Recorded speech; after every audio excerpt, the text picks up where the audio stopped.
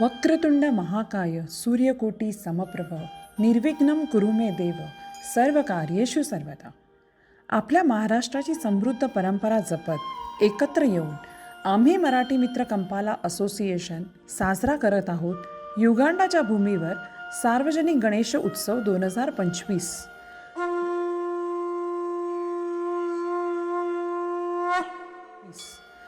गणपती बाप्पा म्हणजे मंगल कार्याची सुरुवात, श्रद्धा, भक्ती, एकता आणि संस्कृती याचं प्रतीक. लोकमान्य टिळकांनी गणेश उत्सवाला सार्वजनिक रूप दिलं, ज्यातून आपल्याला सामाजिक एकात्मता, सांस्कृतिक जपणूक शिकायला मिळते.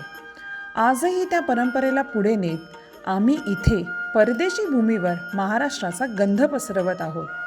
ढोल ताशांच्या गजरात, लेझिमच्या तालात आणि विठोबाच्या दिंडीतून आम्ही आपली संस्कृती जगासमोर ठेवतो. हे उत्सव केवळ पूजा नाही, तर आपल्या मायभूमीशी असलेले नाते जिवंत ठेवण्याचे एक साधन आहे. आमच्या मंडळाची सुरुवात 29 वर्षापूर्वी म्हणजेच 1996 साली झाली. येथे आपण आज गणेश उत्सवाचे भव्य स्वरूप पाहतोय. ते सुरुवातीला अगदी मोजक्या लोकांनी सुरू केले होते. काही उत्साही माणसे आणि त्यांचे अथक परिश्रम यांच्या बळावर हे मंडळ उभं राहिलं. जशी भारतात सार्वजनिक मंडळांची तयारी बाप्पाच्या आगमनासाठी अगदी जोरात सुरू असते, अगदी तसाच उत्साह आम्ही इथेही अनुभवतो. दिवसभराच्या कामानंतर शाळा ऑफिस संपल्यावरही सर्वजण मंडळात येऊन सजावटीत हातभार लावतात, तर काही जण आपापल्या सांस्कृतिक कार्यक्रमांची, नृत्य, गाणी, नाटिका याची तयारी करतात. खरंच हा उत्साह फक्त भक्तीचा नाही, तर एकतेचा, परस्पर सहकार्याचा आणि आनंद वाटण्याचा आहे. वर्षातील सर्व सणवारातील सर्वात प्रतीक्षित दिवस, ज्याची उत्सुकता लहानांपासून मोठ्यांपर्यंत प्रत्येकाला असते, तो म्हणजे गणपती बाप्पांच्या आगमनाचा दिवस. घरापासून, मायभूमीपासून दूर जरी असलो तरी बाप्पाच्या आगमनाने इथे सारे एकत्र येतात आणि गणपती बाप्पा मोरयाचा जयघोष आभाळात दुमदुमतो. गणपतीची सजावट ही सर्वात लक्षवेधक आणि जबाबदारीची भूमिका आहे, जी आमच्या वरिष्ठ महिला मंडळाने पूर्ण भक्तीने पार पाडली आहे. परदेशात असताना जे कागदावर रेखाटतो ते साकार करणे ही मोठी आव्हानात्मक गोष्ट असते, कारण साहित्य आणि कौशल्य मिळवणे सोपे नाही. तरीही आमच्या समर्पित सजावट समितीने आपली ही भूमिका निष्ठेने आणि उत्कृष्टतेने पार पाडली आहे. दररोज सजावटीत काही नवीन संकल्पना घेऊन येणे, जसे 56 भोगच्या दिवशी नैवेद्याचे सुंदर सादरीकरण प्रेक्षकांना मंत्रमुग्ध करणारे असते. रांगोळी ही आपल्या सणांमधील प्राचीन आणि मनमोहक कला असून या सणात विविध प्रकारच्या रांगोळ्या सादर केल्या गेल्या, ज्या लक्षवेधक होत्या आणि महाराष्ट्राच्या कौशल्याचे दर्शन घडवत होत्या. गणपती बाप्पा विराजमान होताच 10 दिवसांचा सोहळा सुरू होतो. रोज सकाळ संध्याकाळ भक्तिभावाने पूजा व आरत्या केल्या जातात. दररोजची एक गोष्ट आमच्यासाठी अभिमानाची ठरली. सुमारे हजारो भाविक गणपती बाप्पाच्या आरतीसाठी एकत्र जमत. ते दृश्य खरंच डोळ्यात साठवावं असं होतं. आरतीनंतर सर्व एकत्र प्रेमाने महाप्रसादाचा आनंद घेत आणि भक्तिभावाच्या या वातावरणाला अधिक सुंदर रूप येईल. पण एवढ्यावर कार्यक्रम थांबला नाही. महाराष्ट्राच्या समृद्ध संस्कृतीची झलक दाखवणारे अनेक सांस्कृतिक कार्यक्रम आपल्या भाविकांसाठी मांडण्यात आले. विनोदी नाटकाचे सादरीकरण, पारंपरिक महाराष्ट्रातील नृत्यांचे सादरीकरण, बाले नृत्याचे मोहक झलक, तसेच महाराष्ट्रातील सर्व सण आणि उत्सवांचे नृत्यामार्फत भव्य सादरीकरण. हे पाहून प्रत्येकाच्या मनात आपण आपल्या संस्कृतीशी किती घट्ट जोडले आहोत ही जाणीव अधिक दृढ झाली.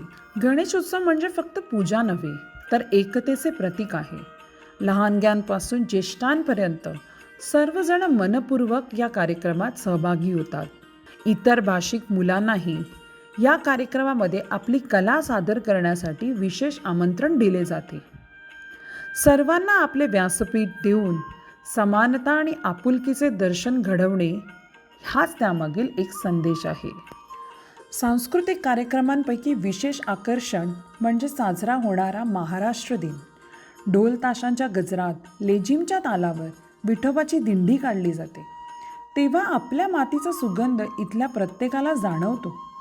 या सोहळ्यात केवळ मराठी मंडळीच नाही, तर इतर भाषिक, इतर राज्यातील लोकसुद्धा मोठ्या संख्येने सहभागी होतात.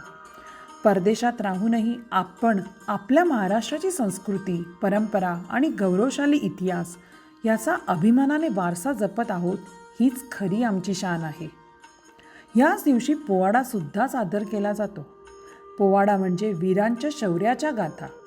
आपल्या छत्रपती शिवाजी महाराजांसारख्या पराक्रमी योद्ध्यांच्या कार्याचा अभिमान जागवणारा हा एक लोककाव्य प्रकार आहे. ढोल ताशांच्या लयीत जोशपूर्ण स्वरात सादर केला जाणारा पोवाडा ऐकताना अंगावर रोमांच उभे राहतात.